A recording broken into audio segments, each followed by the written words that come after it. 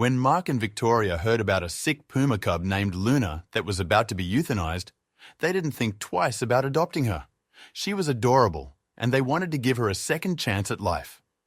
Luckily for them, things seemed to be going great. However, everything changed after their appointment with Dr. Mitchell, who did Luna's first checkup. Nothing could have prepared them for what they were about to find out.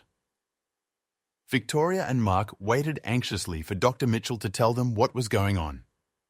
He had just finished the examination, and he had a very serious look on his face. "Doctor, what is it? Is everything all right?" they asked him. The room was completely silent while they waited for his response. When the doctor finally explained to them what was going on with Luna, they were shocked. They could not believe what they were hearing. It had to be a mistake. However, the doctor was sure of it, and they needed to accept the truth. Things were never going to be the same anymore. Victoria and Mark left the clinic with tears in their eyes, unsure of what to do next. How were they going to deal with this? What was going on with Luna? What had the doctor told them? And would they be able to find a solution for it? As soon as Mark and Victoria laid eyes on the animal, they knew. "We're going to bring you home with us, buddy," Mark said as he petted the baby Puma, Luna. They understood that it was going to be a lot of work and it wouldn't be easy, but they were determined to give Luna a second chance at life. You see, Luna was actually going to be euthanized because she was sick, and the zoo she was currently in did not want to keep her anymore. When Mark and Victoria heard her story, they knew they could not just let that happen. They decided to help her and take her in, and in doing so, they saved her life. The paperwork did not take long, and only a couple of days later, Luna finally moved in with her new family. They had expected her to need quite some time to adjust, but to their surprise, it was as if she felt at home there from the first day. She seemed very comfortable, and she seemed to be enjoying herself. Mark and Victoria had bought her plenty of toys before she arrived, and they also had a huge garden where she could run around in. They even got her a leash so that they could safely take her on walks in nature, and because of her illness, which the zoo had been very vague about, they needed to keep training her. In short, they had plenty of work to do. However, they did not mind. They had truly fallen in love with Luna, and they wanted to do everything they could to make her life as comfortable and fun as possible. Things were going perfectly, and Luna also seemed to be healthy. However, things were going to change completely after their first visit to the vet. They had decided to give Luna some time to get used to her new surroundings, but they wanted to take her to the vet for a checkup as soon as possible. It had taken them a while to find someone who was willing to accept a Puma as their new client, but luckily they had managed to make an appointment with a veterinary clinic about an hour away from their home. The day had finally come, and Mark and Victoria were both feeling very confident. They expected to hear good news, as Luna seemed to be doing very well, and they thought she was making progress regarding her health. "Come on, Luna, let's go," Victoria said, and Luna followed her to the car. Luna loved car rides, so she immediately jumped onto her spot in the back seat. They drove to the veterinary clinic, and an hour later, they finally arrived. "All right, it is time. Let's go inside, shall we?" Mark said, while he opened the door for Luna. All three of them were in a good mood, and they had no idea that that was about to change. Shocking news was waiting for them.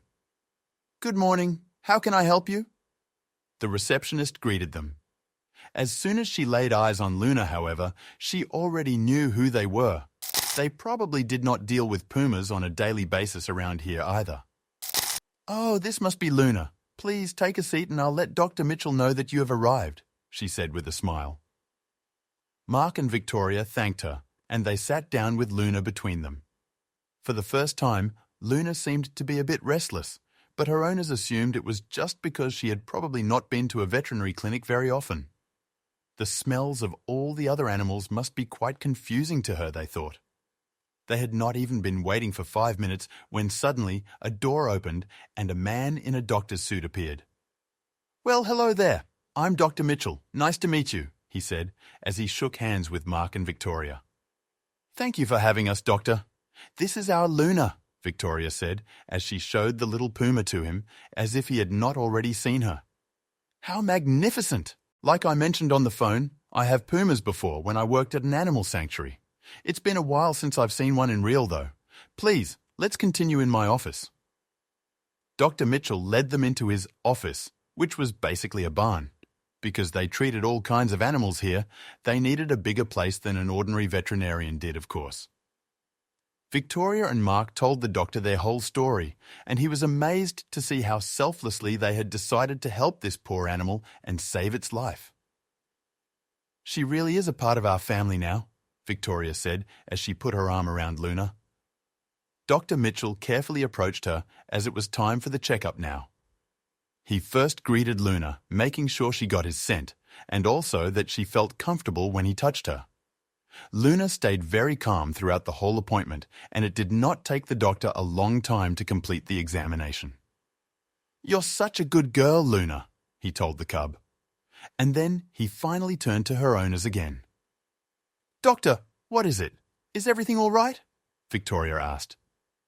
She and Mark glanced at each other, confused by the sudden serious expression on the doctor's face. I have some questions for you, actually. Are you aware of Luna's condition?" he asked. "Well, we have been told she is sick and there is something wrong with her immune system. Why? Is there something wrong?" The room fell completely silent now. Dr. Mitchell sighed and shook his head, getting ready to share this terrible news with Mark and Victoria. As he told them the truth about what was going on with Luna, he saw the pure shock on their faces. Tears were streaming down Victoria's face, and Mark also looked like he could barely hold it together. "I'm sorry," the doctor finally said. "Doctor, please, what can we do?" "There has to be something," Mark said quietly. He was almost whispering. He took Victoria's hand and softly squeezed it as if to tell her, "It is going to be all right." Luna was happily walking around the barn and playing with a rope she found somewhere. She had no idea of what was going on. Dr. Mitchell's face was as pale as the white of his coat.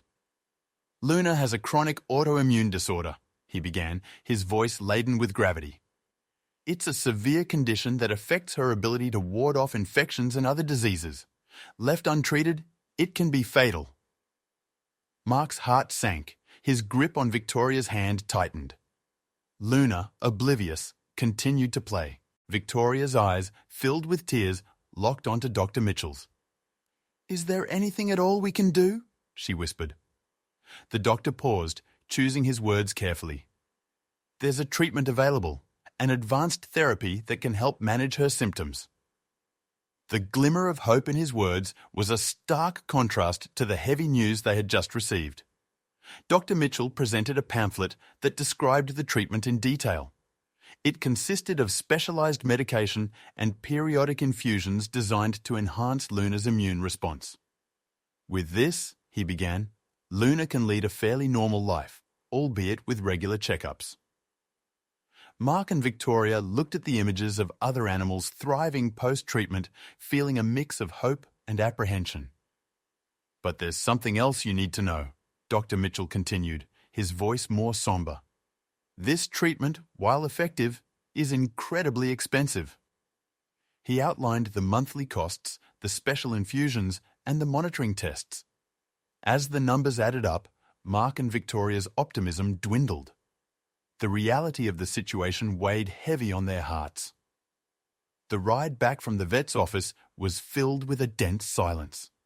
Mark finally spoke. "We can look into our savings, see what we can move around." Victoria nodded, wiping away a tear. "And we can ask for help. Maybe our families can chip in." They both knew they were staring down a difficult road, facing choices they never thought they'd have to make. At home, spread out on their dining table, were bank statements, bills, and calculators. The numbers told a story they didn't want to hear. Even with their combined savings, they were far from the sum needed for Luna's treatment. "What if we took out a second mortgage?" Mark suggested.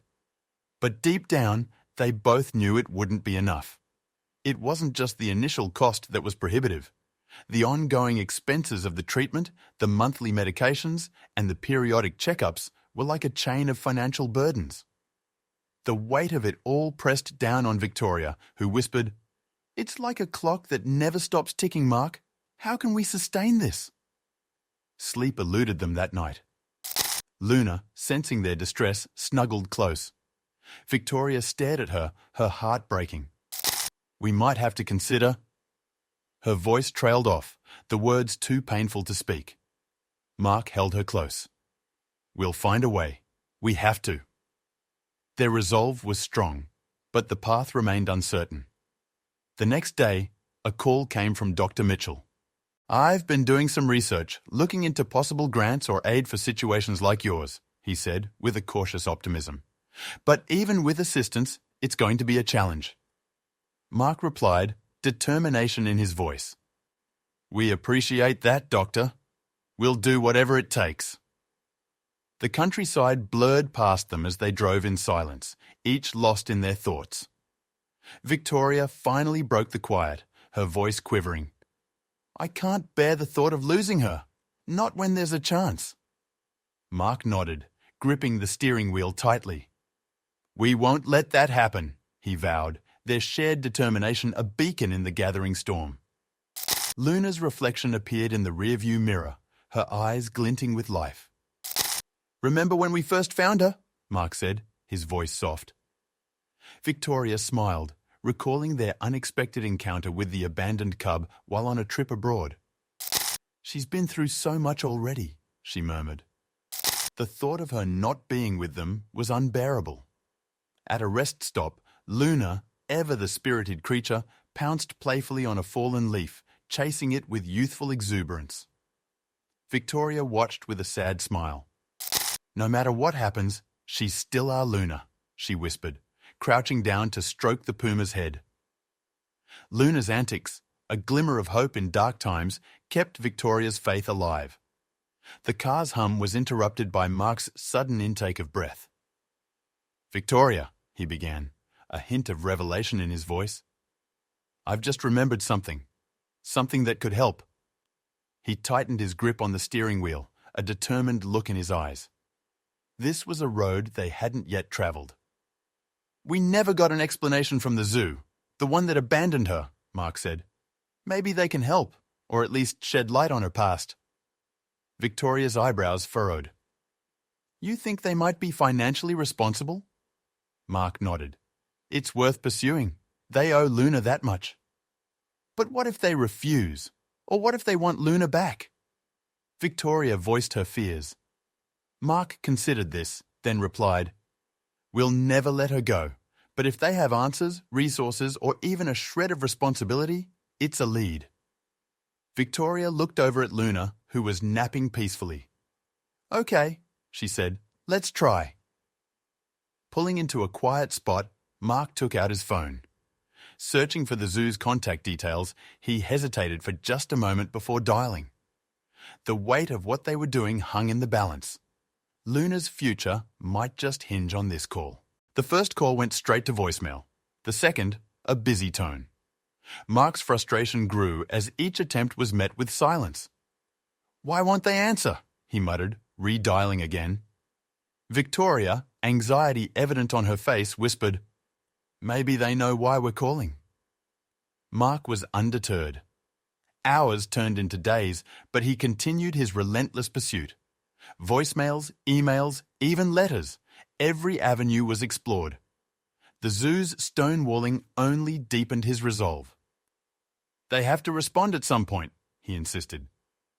Late one evening, as Luna played in the background, the phone buzzed to life. "Zoo administration," a cold voice declared. Heart racing, Mark began. "My name is Mark, and I have a Puma named Luna." The voice interrupted sharply. "We have no record of any Luna." But Mark sensed hesitation, a hint of recognition. "You abandoned her. We deserve answers," Mark pressed. A brief pause, then a curt, "You have the wrong number," and a sudden click. Mark stared at the now silent phone, certain that they were hiding something. Victoria met his gaze, determination mirrored in her eyes. They had a lead, and they weren't giving up. Mark was a man on a mission. Daily calls became a ritual. Each one met with obstacles, redirections, or plain refusals. "I won't stop until we get answers," he vowed. Victoria admired his tenacity, but could see the toll it was taking on him. Luna's innocent purrs in the background fueled their determination. "Why are they so evasive?" Victoria mused one evening. "It's as if they're deliberately hiding something." Mark nodded, the weight of his suspicions pressing down on him. Every unanswered call, every denial only confirmed his beliefs. The zoo knew more about Luna's past than they were admitting. After nights of research and countless notes, Mark formed a theory. What if Luna wasn't just a regular puma? What if she held some significance and they abandoned her out of fear or greed? The thought sent chills down Victoria's spine. Luna's past was becoming a convoluted web of secrets. As the pieces fit together, the couple felt a mix of anger and despair. The zoo's reluctance to help wasn't just about evading responsibility. There was a deeper, darker motive. With the odds stacked against them, the looming reality of Luna's untreated condition cast a heavy shadow over their lives.